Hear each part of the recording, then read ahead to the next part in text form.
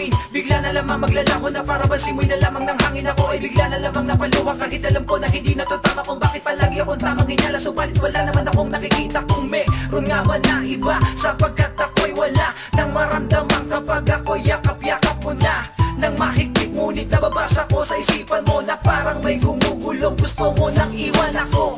Huwag kang mag-alala kung gusto mo na akong iwanan. Handa ko tanggapin na lahat kahit masakit kalooban. Basta't makita ka lang masaya, ako ay masaya na rin para sa'yo. At hindi ko pagsisisihan na kilala kita't minakal ng gusto. Sobrang sakit man sa kalooban ko ay wala na akong magagawa pa kundi harapin ko ang katotohanan na di na ako siya nagmamayari ng puso mo. Dati ako ang laman na tila kahit sa panaginip ko man ay hindi ko na ito matatagpuan.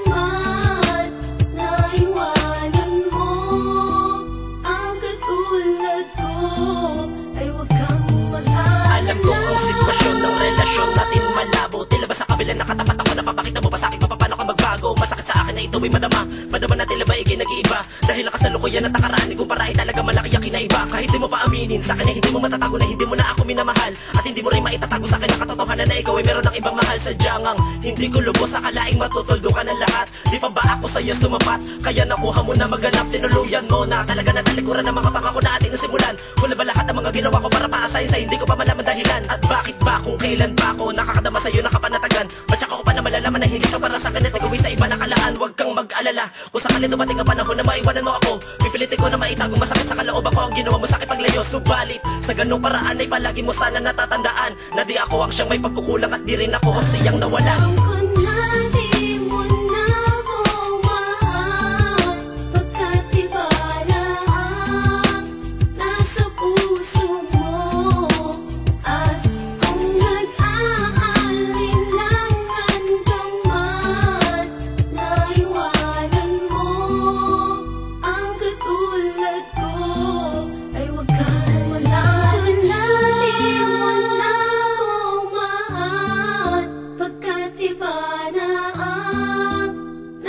Puso mo.